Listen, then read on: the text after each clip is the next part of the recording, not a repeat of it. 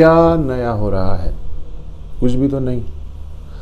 इमरान खान ने वही तो किया जो हमारे जमहूरी और नीम जमहूरी और आमिराना डीएनए में इब्तदा से ही प्रोग्राम्ड है।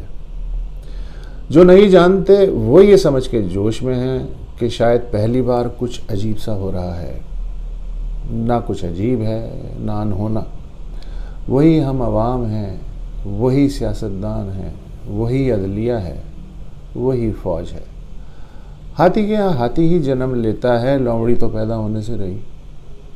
जिस तरह का ढांचा और मिजाज वर्षे में मिला है, नस्ल दर नस्ल वही तो करवाएगा जो करवाता आ रहा है। हमने तो तब भी दांतों में ऐसे ही उंगलियां दाबी थी जब ब्यूरोक्रेट डिक्टेटर गुलाम मोहम्मद के असम्बली तोड़ने के हुक्म को स्पीकर मौलवी तमीज़ुद्दीन चीफ कोर्ट में चैलेंज करने के लिए बुर्का पहन के रक्शे में बैठ के हाँपते कांपते अदालत पहुँचे थे। पर क्या हुआ? उल्टा अदलिया ने नज़रिया ज़रूरत थमा दिया और फिर यही जमहूरियत नवाज तमीज़ुद्दीन साहब 8 बरस बाद पहले मार्शल लाई हुक्मरान की छड़ी के छू मंतर से वजूद में आने वाली असम्बली का स्पीकर बनाना मंजूर फरमा गए। हम तो जब भी मारे हैरत के उछल के कुर्सी से गिर ही पड़े थे जब सिविलियन सूट में मलबूस एक मेजर जनरल नुमा बंगाली ब्यूरोक्रेट ने हरिपुर हज़ारा के एक हाजिर सर्विस जनरल के ताउन से 1956 का पहला मुत्तफ़िक़ा आइन लपेट के उसकी गोल गोल दूरबीन बना ली थी।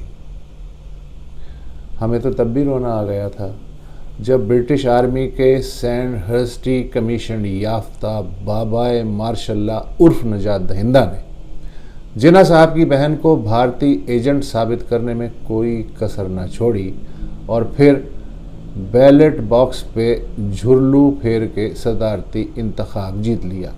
उस ज़माने में पॉलिटिकल इंजीनियरिंग को झुरलू कहा करते थे। और फिर इस नजात दहिंदा ने अपने ही बनाए हुए आइन के तहत सुबकदोश होते समय सिविलियन स्पीकर को कायम मकाम सदारत सौंपने की बजाय सपाट चेहरे वाले चीफ को ज़्यादा काबिल भरोसा समझ के अपना ही आइन उसके हाथों बखुशी तड़वा के रुखसत ले ली।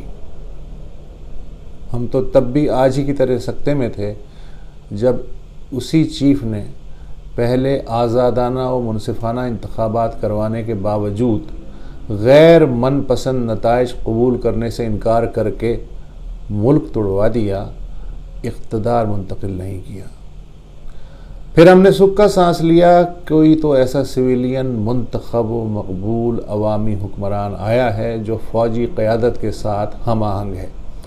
तब एक पेज और इस्टेब्लिशमेंट की इस्तिलाह ईजाद नहीं हुई थी, पर उसको भी कुर्सी से ऐसा इश्क हुआ कि अपनी ज़बरदस्त मकबूलियत को शराब समझते हुए अगले इंतखाबात में धांधली को ज़रूरी जाना और जब हिज़्ब इख्तिलाफ ने आज ही की तरह मुत्तहद होकर तहरीक चलाने की कोशिश की तो सारा जोर अपोजिशन को अमरीकी कासा लैस साबित करने पे सर्व कर दिया। और फिर जब इन्हीं अमरीकी कासा लैसों के साथ असर नौ इंतखाबात के लिए समझौता तय पा गया तो एक और मुहिब वतन जर्नल ने जमहूरियत बचाने के लिए सिविलियंस के पैरों तले से कालीन खींच लिया और फिर अगले 10 बरस तरह तरह के करतब दिखा के गुजार दिए और फिर खुद भी गुजर गया। उसके बाद हमारी जमहूरियत समझौता एक्सप्रेस पे सवार हो गई। बीबी इस समझौता एक्सप्रेस की पहली मुसाफिर थी, नवाज शरीफ दूसरा मुसाफिर था। मगर जब उन्होंने भी बीच सफ़र में जंजीर खींचने की कोशिश की तो कंडक्टर गार्ड ने ट्रेन से उतारने में देर नहीं लगाई। अमेरिका को सबसे ज़्यादा अयूब खान, याहिया खान, ज़ियाउल हक और परवेज़ मुशर्रफ जैसे अजीम सहूलतकार पसंद थे, मगर आज भी कोई माई का लाल उन्हें अमरीकी एजेंट कह के तो दिखाए। हर तरह के यहूदी, भारतीय, अमरीकी, इसराइली और सऊदी एजेंट आपको सिविलियंस ही में तलाश करके दे देंगे। एक तुर्क कहावत है कि गुलाम का आका पे गुस्सा दूसरे गुलाम पे ही उतरता है।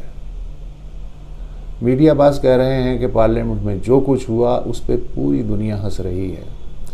वैसे दुनिया ने आपको संजीदगी से लिया कब था जो आज एक बार फिर आप खुद साख्ता खिजालत की खुश फहमी में मुब्तला हैं। 75 बरस में बगलें बजाने या बगलें झांकने के सिवा और किया ही क्या है। मैं भी अजीब शख्स हूँ, इतना अजीब हूँ कि बस खुद को तबाह कर लिया और मलाल भी नहीं।